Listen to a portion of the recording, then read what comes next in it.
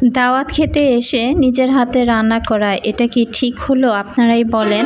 Hello everyone, আসসালামু আলাইকুম। সবাইকে শুভ সকাল জানিয়ে নতুন আরেকটি ব্লগ ভিডিও নিয়ে আপনাদের মাঝে হাজির হয়ে গেলাম। আমি বিথি। কেমন আছেন আপনারা সবাই? আশা করছি কাছে দূরে, দেশ এবং দেশের বাইরে যে প্রান্ত থেকে আজকে আমার নতুন আরেকটি ব্লগ ভিডিও দেখছেন না কেন, আল্লাহর অশেষ রহমতে সবাই বেশ ভালো আছেন। আমি বিথি, আলহামদুলিল্লাহ আমিও খুব ভালো আছি পরিবার পরিজন নিয়ে। চাটা বসিয়ে দিলাম, চাটা যেহেতু চুলায় গ্যাস কম, চাটা বসিয়ে দিলাম আর এসে পড়লাম একটু রুমে। তো আসার পর আমার এই গাছটাতে গতকাল রাতে পানি দিয়েছিলাম, একদম শুকিয়েছিল মাটিগুলো। আর পানি দেবার পরই সকালবেলা উঠে দেখতে পেলাম যে পাতাগুলো একেবারে হলুদ হয়ে গিয়েছে। অনেকগুলো পাতা কিন্তু হলুদ হয়ে গিয়েছে। তো যে পাতাগুলো হলুদ হয়ে গিয়েছে সে পাতাগুলো আমি খুঁটে খুঁটে আর কি ফেলে দিচ্ছি। আসলে এই স্পাইডার প্লান্ট গাছটা কিন্তু একদম সবুজে যখন টকটকে থাকে তখনই কিন্তু দেখতে ভীষণ ভালো লাগে। আর সবুজের মধ্যে যে পাতাগুলো একেবারে মরে হলুদ হয়ে গিয়েছে আর কি, গাছটা কেমন যেন ফ্যাকাশে লাগছে, আমার কাছে একটু ভালো লাগছে না। তো এইদিকে যে আমার মানি প্লান্টের গাছটা ছিল সেটা আবার একটু বাইরে দিয়ে আসলাম। আর এই যে এই গাছটা নিয়ে আসলাম, তো কিছুদিন থাক এই গাছটা এখানে, আর মানি প্লান্টের গাছটা কিছুদিন আবার বারান্দায় থাক। আসলে একাধারে কোনো গাছে কিন্তু ঘরে রাখা উচিত নয়, দেখা যায় এতে করে কিন্তু গাছের তেমন একটা বৃদ্ধি হয় না বা গাছগুলো কেমন যেন ফ্যাকাশে হয়ে যায়। তো আমার যেহেতু ইনডোর প্লান্ট বলেন অভাব নেই, মোটামুটি অনেক গাছই কিন্তু আমার আছে। তো আমি গাছগুলো ঘুরিয়ে ফিরিয়ে এভাবে কিন্তু রেখে থাকি। তো চার পানিটা বলক চলে এসেছে, এরপর ওখানে আমি আর কি চা পাতা চিনি দিয়ে আসলাম। আর কাপড়গুলো ঘুম থেকে ওঠার পরে আমি গরু সাবান দিয়ে আর কি ভিজিয়ে দিয়েছিলাম।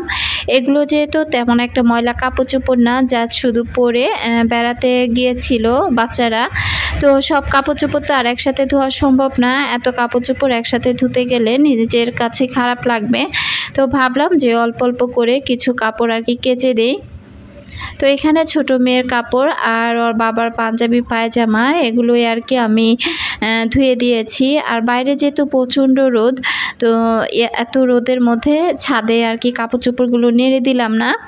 এই বারান্দায় যে বাতাস আছে আর যে রোদের তাপ আছে, এই তাপে কিন্তু এই বারান্দাতেই কাপড়গুলো শুকিয়ে যাবে। এত প্রচুর পরিমাণে রোদ আর রোদের তাপ, দেখা যায় কাপড় ধুয়ে এই বারান্দাতে নেড়ে দিলে আর কি শুকাতে তেমন একটা সময় লাগে না, আধা ঘন্টা কি 1 ঘন্টার মধ্যে শুকিয়ে যায়। কাজ করতে করতে পুরাতন একটি কথাই কিন্তু ভুলে গিয়েছি। আমার প্রিয় আপু ভাইয়ারা এবং আন্টি সোনামণিরা এতক্ষণে হয়তো বা বুঝে গিয়েছেন যে আমি কোন কথাটি বলবো। যারা ভালোবেসে ভিডিওটি ক্লিক করেছেন কিন্তু এখনও পর্যন্ত একটি লাইক দেননি, প্লিজ একটি লাইক দিয়ে দিবেন। এবং নতুন যারা আজই আমার চ্যানেলে প্রথম ভিজিট করেছেন এবং আমার ভিডিওর কোথাও কোনো অংশ যদি আপনাদের কাছে এতটুকু ভালো লেগে যায়, চাইলে আমার চ্যানেলটি সাবস্ক্রাইব করে আমার পাশে থেকে যেতে পারেন। তো এই তো আমি কিন্তু কাপড়গুলো এখন অল্প অল্প করে সব নেড়ে দিচ্ছি।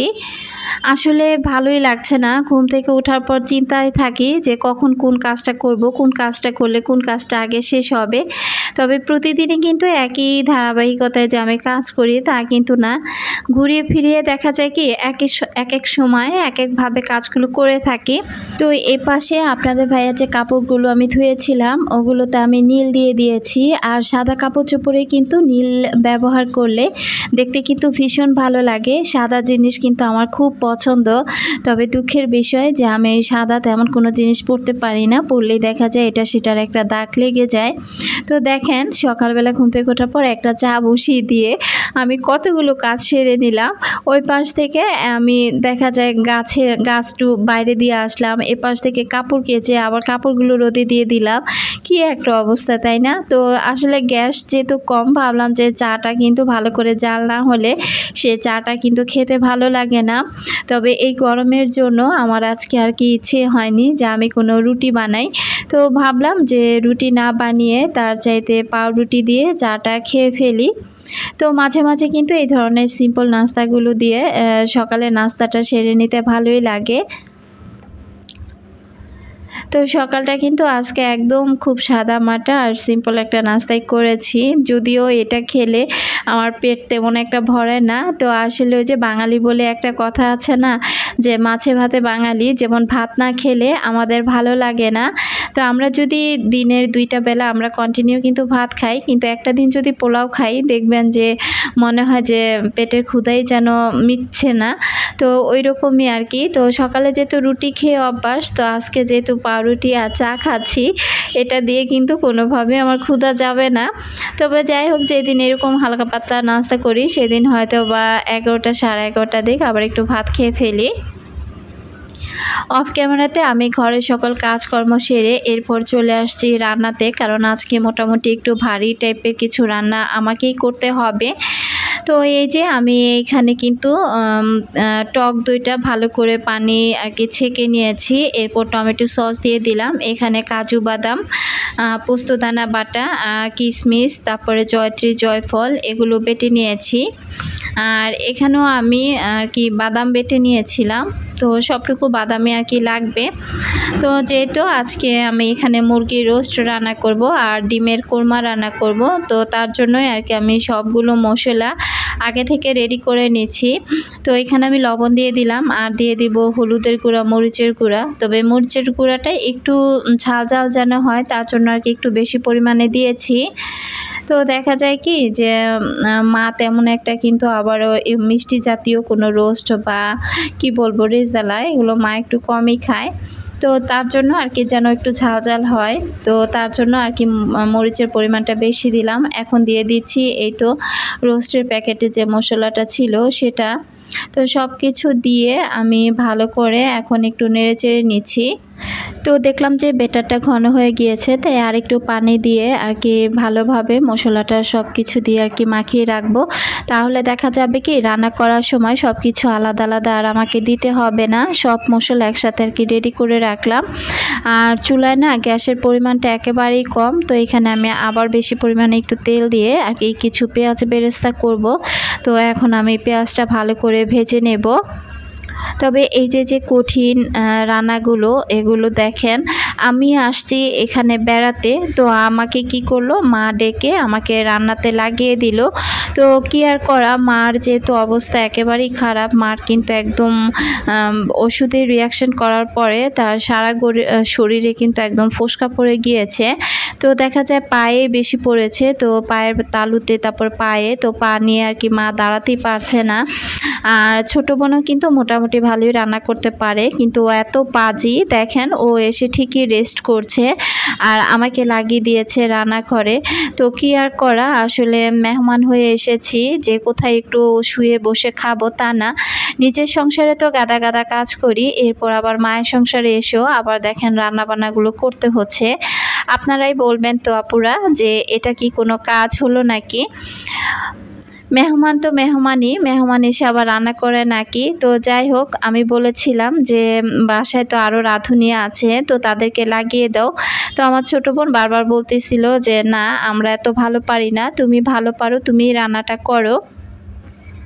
তো যাই হোক, আমার জন্য কিন্তু একটু সহজ করেই রেখেছে। এখানে ওরা মুরগির মাংসটা ভালো করে ধুয়ে সামান্য পরিমাণে টক দই, লবণ আর আদা রসুন দিয়ে আর কি মাংসটা ম্যারিনেট করে রেখেছিল ঘুম থেকে ওরা ওঠার পরপরই।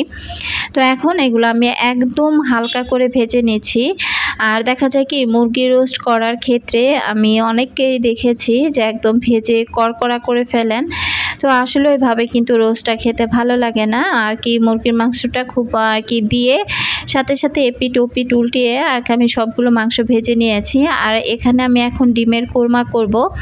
তো পেঁয়াজ বাটাটা আগিয়ে দেবার দরকার ছিল, ভুলে গিয়েছিলাম। এখানে আমি পেঁয়াজ বেরেস্তা করেছিলাম, সেই পেঁয়াজ বেরেস্তা, তারপরে কাজু বাদাম আর কিশমিশ সব কিছু একসাথে দিয়ে আমি পাটায় বেটে নিয়েছি। এরপর মশলাগুলো আমি তেলে দিয়ে ভালোভাবে কষানোর পর এখানে কিন্তু আমি পেঁয়াজ দিয়ে দিলাম, আগেই দেখেছেন। সামান্য পরিমাণে একটু আদা রসুন দিয়েছিলাম, আর এখন দিয়ে দিচ্ছি জিরার গুঁড়া আর সামান্য পরিমাণে একটু গরম মশলার গুঁড়া। এছাড়াও কিন্তু আমি এখানে আস্ত তেজপাতা, গরম মশলা, লং, এলাচ, দারুচিনি সব কিছুই দিয়েছিলাম। সব কিছু দিয়ে তারপর আর কি এই যে মশলাটা বেশ ভালোভাবে কষিয়ে নিচ্ছি। তো বাটিটা ধুয়ে আরেকটু পানি দিয়ে দিলাম। এটা আমি একদম খুব ভালোভাবে মশলাটা কষাবো। আর যে কোনো রান্নার ক্ষেত্রে আপনি মশলাটা যদি ভালোভাবে কষিয়ে নেওয়া যায় আর কি নিতে পারেন, তাহলে দেখবেন যে সে তরকারিটা খেতে কিন্তু অন্যরকম একটা স্বাদ হয়। তো আমি কিন্তু একদম মশলা থেকে যখন তেল ভেসে উঠেছে তারপর আর কি আমি এখানে ডিম দিয়ে দিলাম। আর ডিমটা দিয়েও কিন্তু আমি 4-5 মিনিটের মতো ভালো করে নেড়েচেড়ে নিয়েছি। এরপর এখানে আমি দিয়ে দিলাম কিছু কাঁচামরিচ। তো কাঁচামরিচটা দিয়ে ভালো করে নেড়েচেড়ে এখানে আমি অল্প পরিমাণে কিছু দুধ দিয়ে দিব। দুধটা দিয়ে ভালো করে নেড়েচেড়ে আমি ঢাকনা দিয়ে রাখবো যখন আর কি তেলটা ভেসে উঠবে। এরপর আমি সামান্য একটু ঘি আর পেঁয়াজ বেরেস্তা দিয়ে কিন্তু ডিমটা নামিয়ে নেব।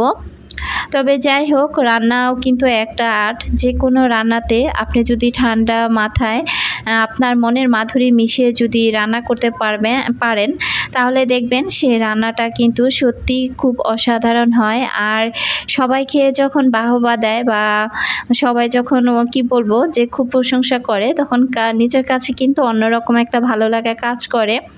তো আমি যখন রান্না করছিলাম আমি কিন্তু একাই রান্নাঘরে রান্না করছি, আমার আশেপাশে তেমন কাউকে আসতে দেইনি। কারণ রান্না করার সময় অন্যমনস্ক হয়ে গেলে বা অন্য কোনো কথায় জড়িয়ে পড়লে তো কখন কি দিয়েছি না দিয়েছি সে কথাটা কিন্তু আর মাথায় থাকে না। তো যার জন্য আমি রান্নাঘর থেকে এক পাও বের হইনি, যে এখান থেকে যদি বের হই হয়তো বা রান্নাটা হয়তো পুড়ে যেতে পারে বা 19-20 হয়ে যেতে পারে সে ভয়ে। তো যাই হোক, ওরা ভিতরের রুমে সবাই গল্পগুজব করছে, খাওয়া দাওয়া করছে। আর এপাশ থেকে আমার ডিমের কোরমাটা কিন্তু হয়ে গিয়েছে। আমি একটু ঘি দিয়েছিলাম, তো সেটাও কিন্তু স্কিপ হয়ে গিয়েছে। এরপর এখানে আমি এই যে দেখতে পেলেন সব ধরনের মশলা দিয়ে এরপর এখন আমি পেঁয়াজ বাটা দিয়ে দিচ্ছি। পেঁয়াজটা দিয়ে খুব ভালো করে আমি কিন্তু অনেকটা টাইম নেড়ে চেড়ে যখন পেঁয়াজটা একেবারে আর কি লালচে হয়ে এসেছে, পেঁয়াজটা ভাজা হয়ে গিয়েছে, তখন আর কি এখানে আমি যে দিয়ে দিচ্ছি আদা রসুন বাটা। আদা রসুনটা দিয়েও আমি কয়েক মিনিট খুব ভালো করে আর কি আদা রসুনটা ভালো করে ভেজে নেব। এরপর আমি সব ধরনের মশলা যেটা আমি আর কি রোস্টের জন্য রেডি করে রেখেছিলাম সেই মশলাটা এখানে আমি এই তো দিয়ে দিলাম। সব মশলা দিয়ে আমি এই মশলাটা প্রায় 5 থেকে 6 মিনিটের মতো বেশ ভালোভাবে আগে কষিয়েছি। কষানোর পর এরপর কিন্তু এখানে আমি পানি দিয়ে দিয়েছি। যেহেতু রান্নাবান্নার একটু ঝামেলার কাজ, আর রান্না করতে গেলে দেখা যায় অন্য কাজ কিন্তু করা যায় না। তো প্রতিদিনই তো ঘরের কাজকর্ম শেয়ার করি, আর আমি দেখলাম যে আমার প্রিয় আপুরা আমার এই কাজকর্মগুলো ভালোবেসে দেখে থাকেন। আসলে শুধু তো সংসারের কাজ করি না, রান্নাবান্নাও কিন্তু করে থাকি, এটাও কিন্তু একটা খুব ভালো লাগার কাজ। তো আমি জানি আজকের ভিডিওটিও আমার আপুদের কাছে ভালো লাগবে। আমার অনেক প্রিয় আপুরা আছেন যারা আমার ভিডিওর জন্য অপেক্ষা করেন এবং প্রতিনিয়ত খুব সুন্দর সুন্দর কমেন্ট করে যাচ্ছেন। তো আপনাদেরকে জানাচ্ছি আমার মনের স্থল থেকে অনেক অনেক ভালোবাসা। আর যারা কমেন্ট না করে চুপি চুপি আমার ভিডিওগুলো দেখেন তাদেরকেও জানাচ্ছি আমার মনের স্থল থেকে অনেক অনেক ভালোবাসা। আসলে আপনাদের এক একটা কমেন্ট কি যখন আপনারা করেন এই কমেন্টগুলো রিপ্লাই দিতে আমার কাছে কিন্তু ভীষণ ভালো লাগে, এবং কমেন্টগুলো পড়ার পর আমি নিজের কাছে নিজে অনেকটা শক্তি পাই। তো দেখেন কথা বলতে বলতে পাশে কিন্তু মুরগিটা দিয়ে কমপক্ষে আমি 15 থেকে 20 মিনিট মাংসটা শুধু এমনিতেই কষিয়েছি মশলার সাথে। তো অনেকে বলতে পারেন কই এত টাইম তো দেখালেন না। আসলে যেহেতু এটা আমি ভিডিও আকারে শেয়ার করছি তাই কিন্তু মাঝখান থেকে অনেকটা আমাকে কাটতে হয়েছে। তো যাই হোক, সব কিছু ভালোভাবে কষিয়ে এখানে আমি প্রায় হাফ কেজিরও বেশি পরিমাণে একটু দুধ দিয়ে দিলাম, আর এরপর কাঁচামরিচ দিয়ে দিলাম। তো সব কিছু দিয়ে এটা আমি এখন ভালো করে নেড়ে চেড়ে এরপর ঢাকনা দিয়ে ঢেকে রাখবো। আর একটু পরপরই কিন্তু আমি এটা নাড়াচাড়া করেছি, যেহেতু বাদাম বাটা দেয়া আছে। তো দেখা যায় কি সেক্ষেত্রে কিন্তু মশলাটা নিচে একটা বারবার লেগে যায়, যার জন্য একটু পরপরই আমি আলতো হাতে ওটা নাড়াচাড়া করে দিয়েছি। এর পাশ থেকে আমি পোলাওটা রান্না করে নিয়েছি। তো মার যেহেতু এমন অবস্থা আর কি সকালবেলা আমাকে বলেছিল যে একটু বাজারে গিয়ে গরুর মাংস আনার জন্য। তো দেখা যায় আমার সংসারে কাজ করতে করতে দেখা যায় 11টার মতো বেজে গিয়েছিল। তো এরপর যেহেতু এত দেরিতে আমাদের এইখানে যিনি ভালো মাংস বিক্রি করেন তো সেখানে তো আর ওই মাংসটা পাওয়া যাবে না। তো দেখা যায় কি সকাল 9টা কি 10টার মধ্যেই তার মাংসটা বিক্রি হয়ে যায়। তো মাকে আর কি বলছিলাম যেহেতু আমরা নিজেরাই তো আর গরুর মাংস আনার দরকার নেই। তো মা বারবার বলতেছিল যে না, মেহমান তো মেহমানই, মেহমান আসলে তো পুরা পাঁচটা দিয়ে খাওয়াতে হয়। তো আমি আর কি মাকে বলছিলাম আর কোনো ঝামেলাই করার দরকার নাই, আর আমি জানি গরুর মাংসটা আনলে আবারও সেই আমাকেই রান্না করতে হবে। তো আমি আর কি ফাঁকিবাজি করে মাকে বললাম যে যা হয়েছে আলহামদুলিল্লাহ, আর বেশি কিছু করার দরকার নেই। তো এরপর এখানে আমি এই তো পোলার চালটাও কিন্তু আমি প্রায় অনেক টাইম কষিয়ে এখানে আমি পরিমাণ মতো পানি, লবণ, কাঁচামরিচ দিয়ে দিয়েছি। আর এপাশ থেকে আবারও ঢাকনাটা উঠিয়ে আমি এই যে মাংসটা একটু নেড়ে চেড়ে দিচ্ছি, আর সব কিছু একটু চেক করে নিয়েছিলাম যে সব ঠিকঠাক আছে কিনা। তবে আলহামদুলিল্লাহ সব কিছুই ঠিকঠাক ছিল। তো রান্নাটা প্রায় শেষ হয়ে এসেছে। এখানে আমি সামান্য পরিমাণে একটু কেওড়া জল দিয়ে দিলাম, দিয়ে একটু নেড়ে চেড়ে আবারও আমি ঢাকনা দিয়ে ঢেকে রাখবো। আর এপাশ থেকে পোলাওটা হয়েছে কিনা আর কি মা ঢাকনাটা খুলে দেখছিল। পোলাও রান্না করতে গেলে আমি না একটু ভয়ে থাকি যে আবার পানির পরিমাণটা বেশি হয়ে গেল কিনা। কম হলে সমস্যা নেই, তবে বেশি হয়ে গেলে কিন্তু সমস্যা। তবে আমি যেভাবে রান্না করেছি আজকে সব কিছু পারফেক্ট ছিল। একটা আর কি ভুল ত্রুটি বা দোষ কেউ কিন্তু ধরতে পারেনি, সবাই খেয়ে কিন্তু খুব বাহবা দিয়েছে। তো এখানে আমি গাজর দিয়ে দিলাম, গাজরটা দিয়ে তারপরে এখানে আমি পোলাওটা খুব ভালো করে উল্টিয়ে পাল্টিয়ে আবার ঢাকনা দিয়ে আর কি এখন আমি দমে রেখে দেব। এইখানেও আমি আরেকটা পাতিলে সেমভাবে কিন্তু এই যে পোলাওটা রান্না করে নিচ্ছি। তো এর মধ্যে কিন্তু আমার সকল রান্না বান্না শেষ। এখানে মুরগি রোস্ট করেছি, আর মুরগির ডিমের কোরমা, আর সালাদ ছিল সাথে। আর এপাশ থেকে যে দুইটা পোলাও কিন্তু আমি রান্না করে ফেলেছি। ওই পাতিলে পেঁয়াজ বেরেস্তাটা দিতে একটু ভুলে গিয়েছিলাম। এরপর কিন্তু আমরা সবাই ফ্লোরে বসে খুব মজা করে খাওয়া দাওয়া করছি। আর আমার ভাই ভিডিও কলে ফোন দিয়েছিল, ওকে আর কি দেখাচ্ছিলাম। তো মা আর কি বউকে খাইয়ে দিচ্ছিল, বউ আবার সবাইকে খাইয়ে দিচ্ছিল একমোট করে। আর আমার কি অবস্থা দেখেন, রান্না বান্না সেরে গোসল সেরে ওইভাবে খেতে বসেছি। সবাই কিন্তু টুকটাক সেজেছে, শুধু আমার মা আর আমি কোনো সাজগোজ করতে পারিনি।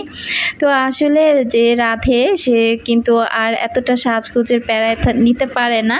তো আর কি ওইভাবে গোসল সেরে খাচ্ছিলাম, আর বউ সবাইকে খাইয়ে দিচ্ছিল। আজকে আমার প্রিয় আপু, বিশেষ করে মোসাম্মত লিপি আপু বারবার বলছিল বউয়ের চেহারাটা একটু দেখেছে। তো আজকে সব আপুদের উদ্দেশ্যে বউকে দেখিয়ে দিলাম। সবাই আমাদের এই নতুন বউয়ের জন্য দোয়া করবেন, ওরা যেন সুখে শান্তিতে সারাটা জীবন এভাবে থাকতে পারে। আল্লাহ হাফেজ, আসসালামু আলাইকুম।